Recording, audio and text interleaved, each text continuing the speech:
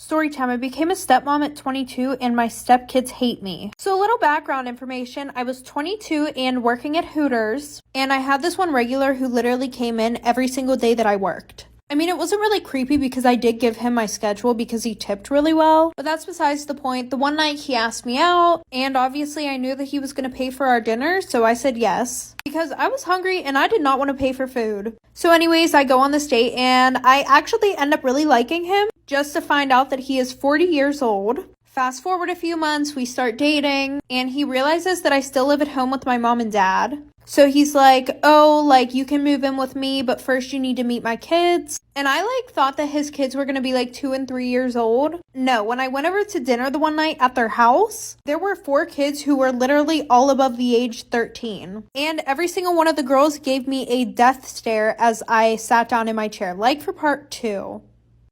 Part 2 about how I became a stepmom at 22 and my stepkids hate me. So like I said, we're all sitting down in the dining room and there's 4 kids. There's 1 boy, 3 girls. The 1 boy is 14 and all the other girls are 15, 16, and 19. And we're going to call my boyfriend James. James is like, okay, well, I'm going to go back to the kitchen and finish cooking. You guys should bond a little bit. So he leaves me alone with these little fucking roaches, and they just start firing shots at me. They're like, you're a gold digger, aren't you? Don't worry, my dad will never marry you, so you're not going to get any of his money. So after that, I told James that they need to warm up to me a little bit more before I move in. So for the next month, we would try to plan things with the kids. But anytime that I was going to be there, every single one of them would be like, we're not going, we hate her. Eventually, James just kind of said fuck it, and he asked me to marry him. So I moved in, and then a week later, we got married. His kids didn't show up to the wedding, and James had to go on a work trip. So I was moving some of my stuff into the house from the car, and the kids fucking locked me out of the house. This has all been within the span of 5 months. What should I do?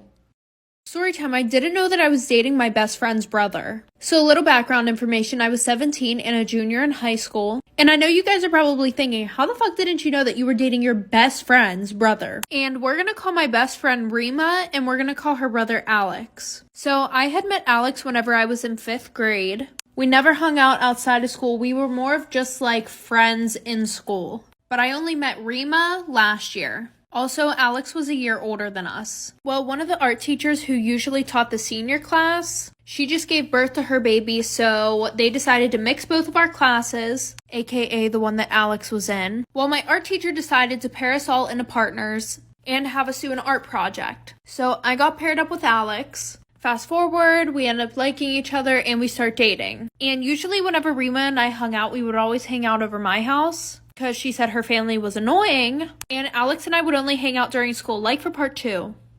Storytime about how my bank might have ruined my chances of going to an Olivia Rodrigo concert.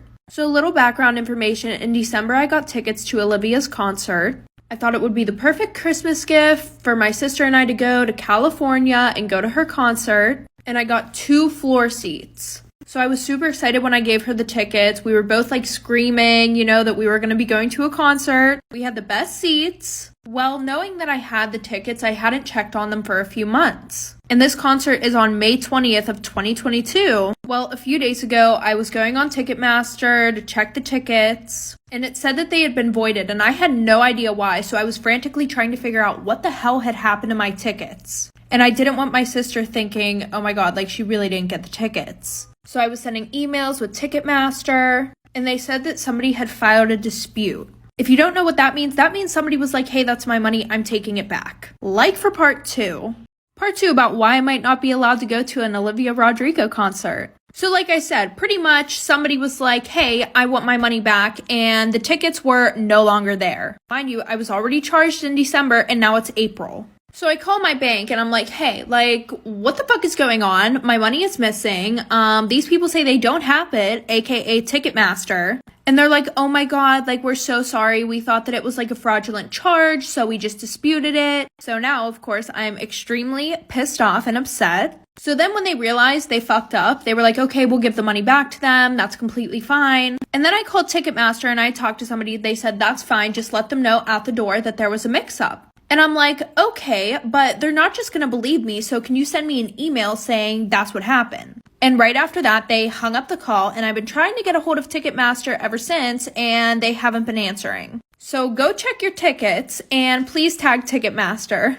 Storytime about how my aunt kidnapped my dog. So a little background information, I was 14 and in 8th grade. I had a 4-month-old puppy that I would take care of because since I wanted the dog, my parents were like, you have to take care of him, blah, blah, blah, blah, blah. So put him in the crate, went to school, came home, thought everything was good until my dog is missing. So now I'm like, what the fuck? Because it's literally a 4-month-old puppy. Anyways, I searched around the house to see if he maybe escaped or he was hiding under the beds or something, but he was nowhere to be found. So I asked the neighbors to keep a lookout for him and even put up missing posters everywhere. And when my parents got home, I told them the situation and they were like, oh, honey, he probably ran away, but he'll probably be back tonight. Yeah, fast forward 5 hours, he still wasn't home. So my dad was like, go to sleep. He'll be back in the morning. So I went to sleep, or I tried, but then I couldn't sleep, so I got up and got some melatonin. Like for part 2. Part 2 about how my aunt kidnapped my dog. So like I said, my dad was like, go to sleep, and I went to try to go to sleep, but I couldn't because my dog was freaking missing. So I go downstairs to get some melatonin when I hear my dad talking shit on the phone to my aunt. He was talking about something with the dog, but my dumbass starts walking across the floor and all of a sudden the floor creaks, so I run upstairs, get back into bed, and go to sleep. So the next day after school, I tell my dad I'm going to go to my aunt's house because she didn't live too far away, and I thought, okay, well, maybe she's seen him run around her neighborhood, whatever. And he was like super off about it at first, but he was like, fine, whatever, go to your aunt's house. So I get to her house and I walk in and I hear dogs barking.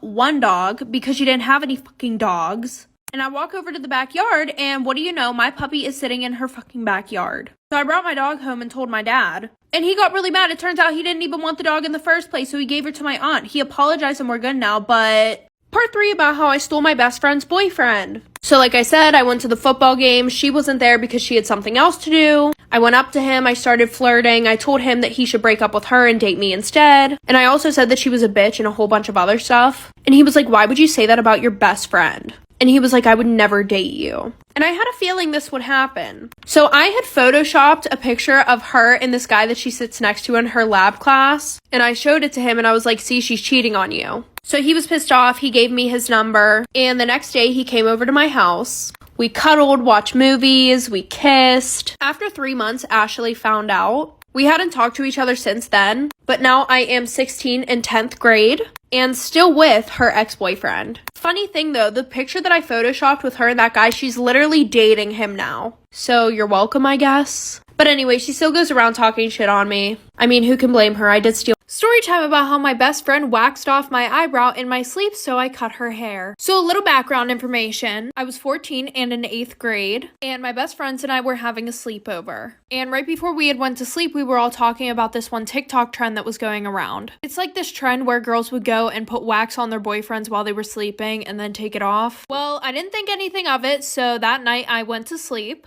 I should have knew this was gonna happen because I'm always the butt of the joke whenever it comes to our friend group. Like, I'm always the one getting picked on. Like, there was this one thing that my friend Ashley saw online. It was like, if you put white nail polish on your teeth, it would make your teeth whiter. So who did they decide to try it out on? Yup, me. And yes, I could have said no, but these were my best friends. I didn't think that they would intentionally hurt me. Anyway, so like I said, I go to sleep and all of a sudden I wake up in the middle of the night to something very, very, very hot on my face. I open my eyes and all of my friends are standing above me with their flashlights on. Like for part 2.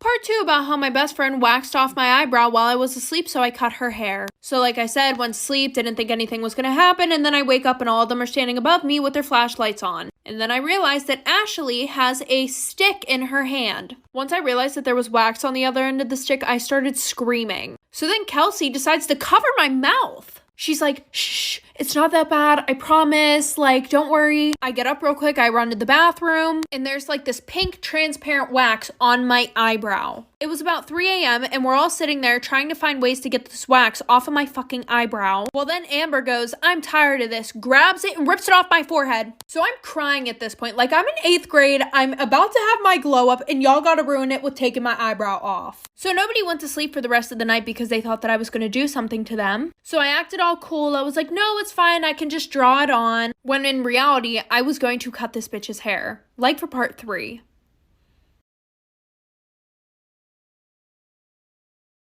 Part 3 about how my best friend waxed off my eyebrow in my sleep, so I cut her hair. So like I said, nobody went to sleep for the rest of the night. I acted like it was okay because I was plotting in my head that I was going to cut one of their fucking ponytails off. So I go over to their house next week, and every single day that week they were telling me how good my drawn-on eyebrow looked. It didn't actually look good, and none of my hairs were growing back. So around 12 o'clock, all of us are ready to go to bed. I'm laying down, pretending that I'm sleeping, and they think I'm sleeping, so they're over there talking shit about me on her bed, Ashley's bed. I wasn't sure which one's eyebrow I should rip off because the one ripped off my eyebrow, but then the other one put the wax on my eyebrow. They were like, she's sleeping. I don't think she's gonna do anything. She doesn't even have the balls to do anything. So around 4 in the morning, everybody is dead asleep. I get up, and Ashley had her hair in a ponytail. So that was easy enough. I grabbed a pair of scissors out of my book bag, and I cut her hair off.